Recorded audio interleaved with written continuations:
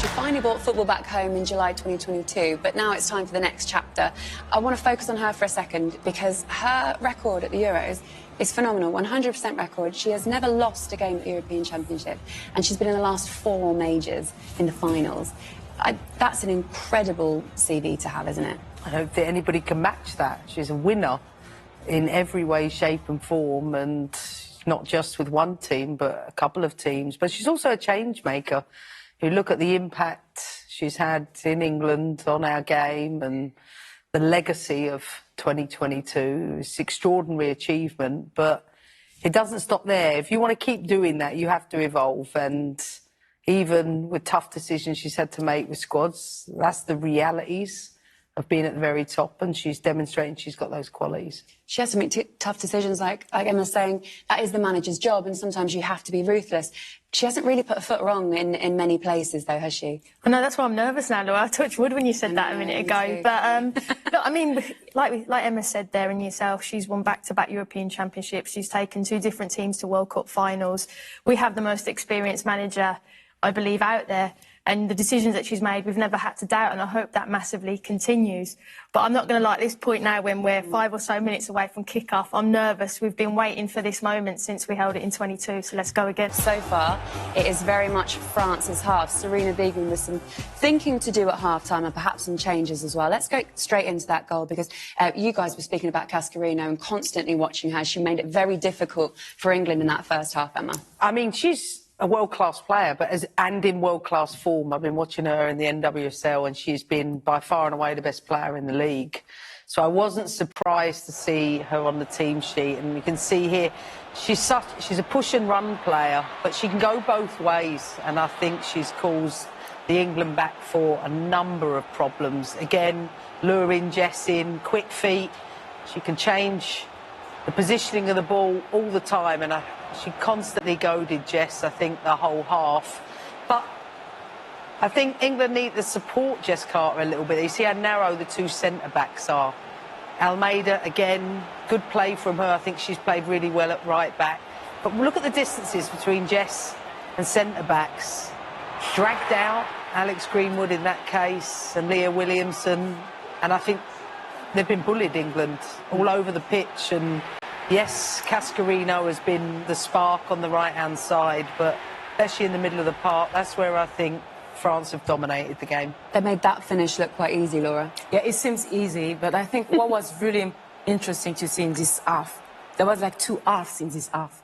France was under pressure. It was really complicated, but this second part of the game, we feel more confidence. But also the technical leader as Cascarino, she made a tremendous difference. Yeah. And even Karshawi, with her technique, she was able to cut the line, so making a big difference. Let's do what the English do so well and look for things that might have potentially gone the other way. And there was a question mark over whether or not this was a foul in the build-up to the second goal. Kaz, what were your thoughts on this? Initially, I thought it was a foul, but that was the English side in me. But being brutally honest, it wasn't a foul. And the issue that Emma alluded to, we've been bullied all over the pitch. And for the last 30 minutes of the first half, we look like we've never played together.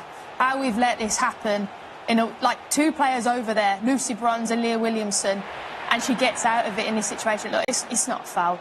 Look, I think they've been absolutely physical. They've bullied our midfield. I haven't seen any of our midfield. I haven't seen anyone going a crunching tackle. This is unacceptable from us from a defensive perspective. That's our right back, Lucy Bronze, our centre back, our captain. Come on, Leah, you're better than that. And they get away from it. And where's our defence? We have not been in this game for the last 30 minutes. France have been superb, and I'm really annoyed with how the lack of physicality are. This is our trophy. They've come and bullied us, and that wasn't good enough from us for that last 30 minutes. This is what it looks like now, the Group D table. Netherlands, who beat earlier on, beat Wales 3-0. And then France just on goal difference after that win against England, 2-1. England and Wales finishing up the group. A really, really important game for England next up against the Netherlands. They have to win that game. If they lose that game, they're out. If they draw, there is still a chance that they might qualify. Remember, it's just the top 2 of these groups that will qualify. Let's get some England reaction, a frustrating performance from that team for the majority of the game. But their captain, Leah Williamson, she's speaking now with Katie. Leah, you finished strong overall, but what was missing from England tonight? We lost the game, cheap defending 1v1, and learned from those mistakes in fairness and grew in the game, but on the ball, we're not good enough, can't keep it. in the areas that we needed to keep it. We couldn't keep it, sorry. And we got better. As they tired, we took advantage of that, but not enough in the end. Why do you think we didn't see the best from England tonight, especially when it mattered most? I think sometimes that can just, sometimes it happens. The positive is that I've not seen us like that in terms of turning over the ball so much for a while now. So, yeah, really frustrating. I think that's how we'll take today. But tomorrow, back on it. And there was some really good stuff there today as well, especially at the end. Did it feel disjointed defensively at times, from your point of view? I think when you lose the ball and you're that expensive, like we're losing it really cheaply, and then you're in emergency defending, and when you've done 4 or 5 in a row, counter-attacks against quality like that, it is tough. But we hold ourselves to high standards, like I say, in the individual battles, and throughout the game, I think we improved on that, which is good to take into the next game. So, yeah, how do you fix that going forwards then? I think everybody take responsibility for themselves today. Have a look. What was their area that they could have had an impact on the game more? Or, I will. But I think then tomorrow we have a new game plan. Different spaces available, different type of opposition. So we'll work with what we did today and improve. Thanks, Leah. Thank you. Okay, difficult watch for England fans. What happened, Kaz? I think Leah talks about individual battles there in terms of duels. France won 53, we won 36. We got bullied. We got absolutely bullied. And you can talk about playing the ball and being in possession all you want, but if you don't win your duels, if you don't physically compete, and we called it before the game, their preparation against Brazil, we saw it there last week. And if we weren't prepared for that, that was going to happen today. Yes, Leah said it got better, but 85th minute, when we started to compete, when we brought on subs and changed shape and went direct, it's too late. We can't mask that last 5 minutes, what happened for the rest of the game, because it wasn't good enough. They're missing leaders, do you think? I think that's easy to talk about that. I think Millie has been somebody who's led that team for a long period in terms of, like, ensuring certain things, but it's not straightforward as that. When you play a zonal team, you have to pass your way through. When you play man for man like that, you have to ensure you're either really good to dribble out of the press or you constantly got low support. And I felt like England struggled all night with that. That's why it kept coming back on them. But I loved watching Clinton come into the game. I felt England needed somebody who was going to get their foot in. Thought she brought that. Same with Wiegman, came into the game, brought a presence. Yep. But it was too late in the game. For 75 minutes of the game, France were too dominant. And for France, really, we said in that first half, after that initial goal was ruled offside, very, very tight call there, you guys sprung into life and then you pretty much held the game for the majority of it, just until those last 10 minutes. Yeah, little by little they were gaining more confidence, winning the battle in the middle, winning every battle, and they were putting so much impact. But also thanks to the quality of individual players. Just remember Cascarino on the side. She was able to make a difference, to beat every time her own opponent. And so this is giving more confidence to the players. They were not losing the ball. They were composed, maybe not sharp and really well organized in the middle, as we were talking with coach, but they were able to hold this ball and to play 100% every time they were in front of the goal. It's what French teams are strong at. And in the Champions League too, they can go 1v1 everywhere, physically can be so dominant. This is the first time we've seen a total team performance, though, from France. Kaz, talk us through Keira Walsh's goal. It took about 86 minutes for England to finally get through. And a goal on the edge of the box. You know what it is? Set pieces cause chaos because we were poor in possession today. And look, we got 3 on the edge of the box. France weren't ready for that. They were defending inside that 6-yard line. Second phase comes to Keira Walsh. And look, to be fair, she absolutely digs one out. It's a brilliant finish. I have to say I would have liked to see Keira Walsh in the game more today. I didn't see enough of her, but this moment was good for us. And this was a catalyst, the last 5 minutes for us to go, come on, another goal, we could maybe nick a draw. And you've seen this from the manager, the passion, the fight, but it's too late for us. It was far too late, and I'm really frustrated by our physicality and our performance today. And what about those changes? Because you picked up on Clinton and Wiegman having a real effect in that game. Clinton came on the 76th minute and Wiegman on the 86th minute. Is that too late? Yes, I like Clinton, and I think she'll bring something to the game when you need it. And sometimes, like Kaz said, you've got to get back into the game first. You've got to earn the right to do that. But especially when Wiegman came in, just a different type of 9 than Alessio. But with Clinton, I just felt like she was a growing influence, even in that short period. maybe with another 5 minutes, England would have got back into the game, because you could see from especially the set pieces, like Kaz said, there's a vulnerability to the way France defend. And I felt the chaos into these areas. Every second ball drop favoured England more often than not. And that's something I think Sarina has done previously, and I think she will do, looking to go forward. But it took till the 85th minute to sling balls into the box. And I think that was when England were most dangerous, most threatening, and could have got something from a game. Listen, there's a lot of frustrating things that England were doing, but they did start very well, Emma, and they just didn't take advantage of those opportunities. They're the margins at the highest level. You know, a close offside call, then you get the momentum in the game. Maybe less so Lauren's chance. I thought it was still a difficult angle.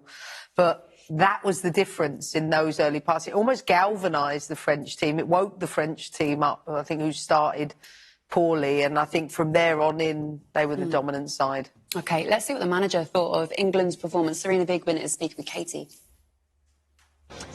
Sarina, you finished strong at the end, but were you disappointed with that performance? Yes, of course, I'm very disappointed about the result. I thought we started really well, scored a goal. Unfortunately, it didn't count.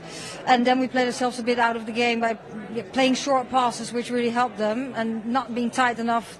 We need to get out of that first press and skip. And I think that harmed us a bit. And then, of course, they scored goals. And then at the end, we played... we played with 4 attackers, and we really tried to get the goal over the line, but we didn't. Why do you think you were so vulnerable in the wide areas tonight? Now, I think that was not the biggest problem. I think we started really well, and then we started playing short pass, and that's what they wanted, because they wanted to press, so we needed to get in behind them and trying to skip players. And then when we were out of that press, we were too sloppy, and that didn't help us. It did help them. Then, of course, we know they're really strong in the counter-attack. They're very powerful players and fast players. So they did that really well. Sloppy in possession is also what Leah Williamson's just told me. Is this team much better than we saw tonight? I think we can do better. I think we know France is really good, but I think we caused a bit our own problems. And unfortunately, we could have scored in the first minute. They could have scored too. I think we can do better, definitely. And we have to make it ourselves a little bit easier. And because of the nature of this group, and it's so tough, you can't afford to make any more mistakes going forwards. Yeah, that's correct. Those are the facts. We have to step up, and tomorrow we'll review, we recover, and then it's straight on to the game against the Netherlands Wednesday. And England fans will be watching at home and hoping that England can bounce back from this.